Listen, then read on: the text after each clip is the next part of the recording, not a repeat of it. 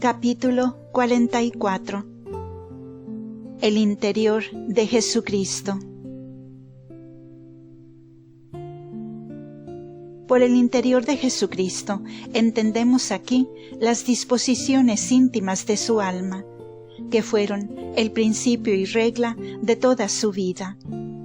El interior es lo que da valor a las acciones, lo que constituye la verdadera santidad, y lo que marca la diferencia esencial que hay de unos a otros actos entre sí, conforme al grado de pureza y elevación de los motivos que los inspiran. Si Jesucristo en toda su conducta es el modelo de todos los cristianos, con mayor razón lo es en sus sentimientos interiores. La más importante ocupación de nuestra vida debería consistir, pues, en estudiarlos atentamente, procurando imitarlos en la medida de nuestras fuerzas. Veamos, pues, en primer lugar, lo que la Sagrada Escritura nos enseña acerca de ellos, y después indicaremos algunos medios por los cuales podremos llegar a reproducirlos en nuestra conducta. Podemos considerar los sentimientos interiores de Jesucristo con relación a su Padre, con relación a sí mismo y con relación a los hombres. Número 1. Con relación a su Padre. Jesús se consideró siempre a sí mismo como una víctima destinada a reparar la gloria de su Padre Celestial y a satisfacer su justicia. En el mismo instante en que hizo su entrada al mundo, dice San Pablo, se ofreció en calidad de víctima que debía sustituir a las de la antigua ley, las cuales no eran más que su sombra y figura. Y perseveró en todos los instantes de su vida en esta oblación de sí mismo. La cruz fue la consumación de su sacrificio, mas su cuna fue el principio, y toda su vida la continuación del mismo. Así que la disposición de Jesucristo con respecto a su Padre fue de una inmolación continuada. De aquí aquella sumisión perfecta a todas las disposiciones de su Padre. Él nunca deseó nada, ni quiso nada por sí mismo, y por propio impulso, aun cuando era incapaz de querer cosa que no fuera buena. Mi comida, decía, es hacer la voluntad del que me ha enviado y dar cumplimiento a su obra. Y así lo ejecutó sin interrupción, desde su nacimiento hasta el último suspiro, aun en las cosas más penosas y más amargas para la naturaleza, y siempre con tal alegría y con tal ardor, con tanta generosidad y exactitud, que no hay lengua humana capaz de explicarlo. De aquí aquella dependencia perfectísima a la gracia, en tanto grado que jamás el alma de Jesucristo puso en ejercicio su natural actividad que no fuera para secundar la acción de Dios. De tal forma que fue siempre en las manos de su Padre el instrumento más dócil y más obediente que jamás existió. De aquí aquel celo ardentísimo de la gloria de su Padre, que la devoraba, consumía y abrazaba. De aquí aquel amor inexplicable, aquella oración continuada, aquel arrobamiento de todas sus potencias en la divinidad, aquella sed ardentísima de sufrimientos y aquellas ansias continuas de consumar su sacrificio. Con un bautismo de sangre tengo que ser bautizado, y cómo traigo en prensa el corazón mientras que no lo veo cumplido. Número 2. Con relación a sí mismo. La humildad de Jesucristo, su abnegación, el odio de sí mismo llegaron a un exceso prodigioso. El mismo anonadamiento de que nos habla San Pablo no expresa todavía con bastante exactitud el estado de su alma. Jesús se consideraba como cargado con todos los pecados del universo, y en tal concepto acreedor de todos los castigos, y a que la divina justicia descargara sobre su cabeza todos los rayos de su venganza. Pero su humanidad era santa con la misma santidad del Verbo, al cual estaba unida hipostáticamente. ¿Quién podrá concebir ese consorcio admirabilísimo de una santidad tan perfecta con sentimientos tan humildes? Júzguese en vista de esto si desearía Jesús durante su vida mortal que su Padre le glorificase, si buscaría los favores celestiales, si se propondría en sus obras captarse la estimación de los hombres, si se atribuiría así gloria alguna de sus virtudes y milagros.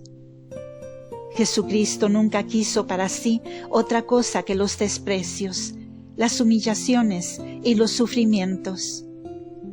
Yo no busco mi gloria, dice él terminantemente, y antes había dicho por boca del profeta: yo soy un gusano y no un hombre, el oprobio de los hombres y el desecho de la plebe.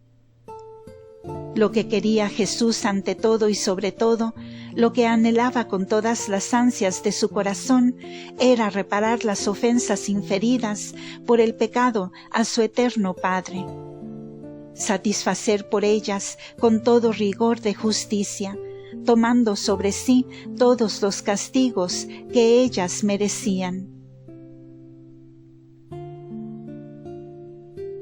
Número 3. Con relación a los hombres. El Espíritu de Jesucristo fue espíritu de caridad y mansedumbre, espíritu de paz y unión, espíritu de sufrimiento y condescendencia, de tierna compasión con los pecadores, aun con aquellos mismos que le calumniaban, que le ultrajaban y pedían a voz en grito su muerte afrentosísima. En todos los instantes de su vida puede decirse que estuvo con el deseo, derramando su sangre por la salvación de los hombres, y por cada uno de ellos en particular, de forma que cada uno de nosotros puede repetir aquellas dulcísimas palabras del apóstol San Pablo: me amó Jesús y se entregó a sí mismo a la muerte por mí. Él sufrió, satisfizo y murió por cada hombre en particular. La mejor prueba de caridad, dijo él, es dar la vida por sus amigos. Pero Jesús hizo más, inmensamente más, puesto que dio su vida por sus más encarnizados enemigos. Y no contento con dar su vida, dio por ellos también su alma.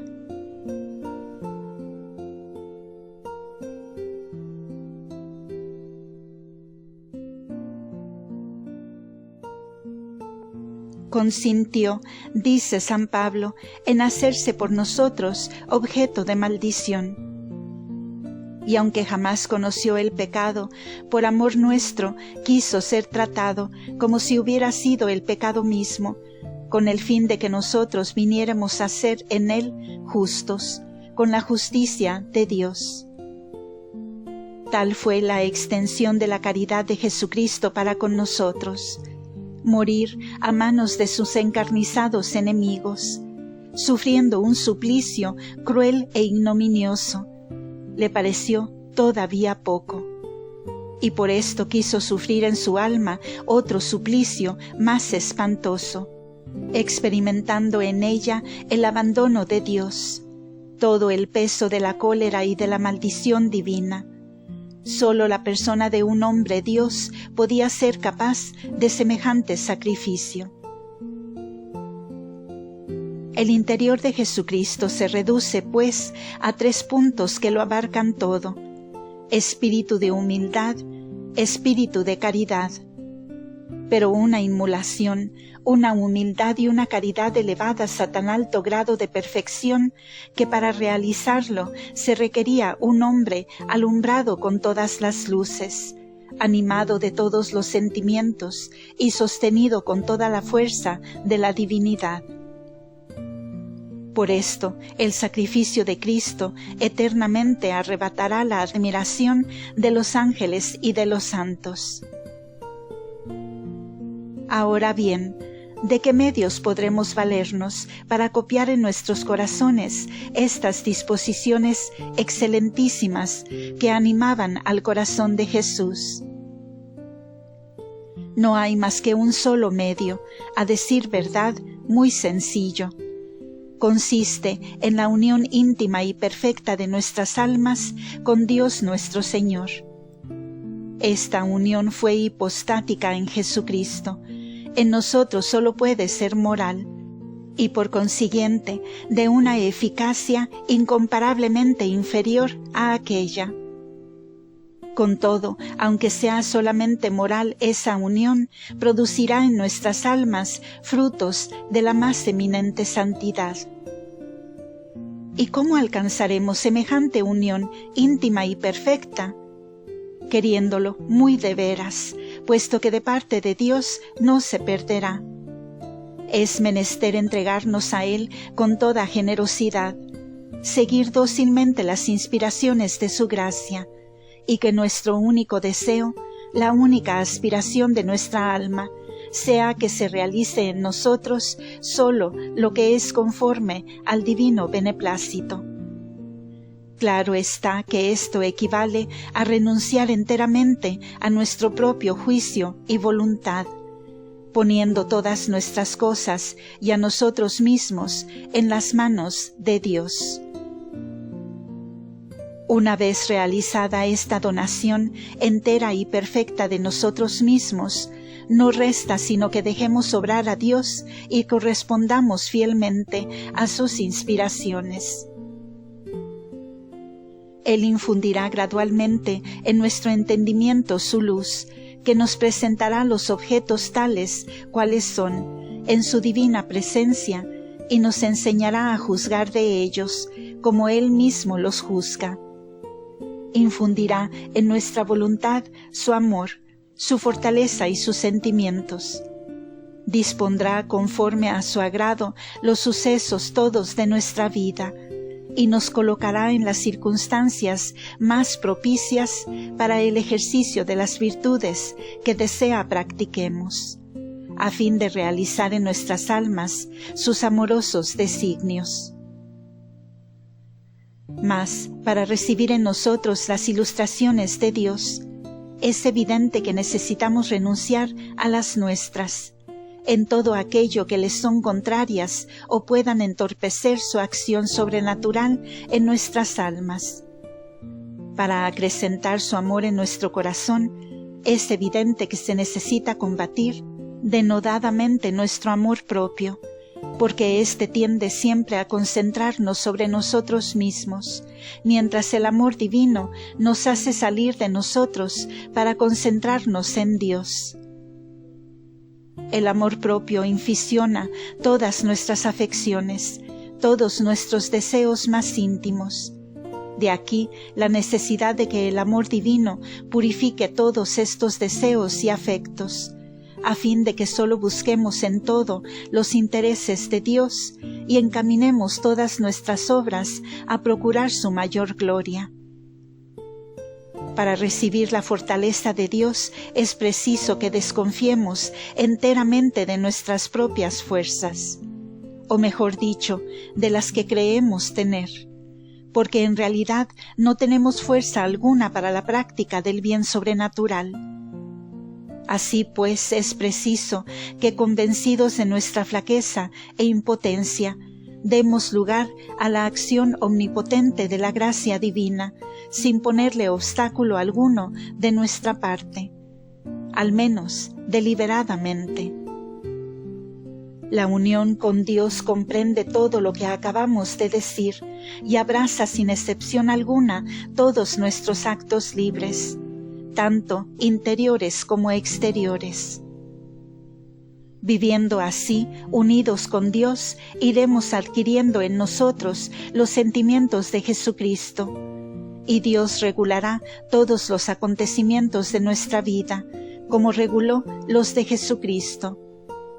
De este modo, adquiriremos aquella semejanza con Jesucristo que Dios desea de cada uno de nosotros, y llenaremos acá abajo toda la medida de la santidad a la cual Dios nos ha destinado. Continuará.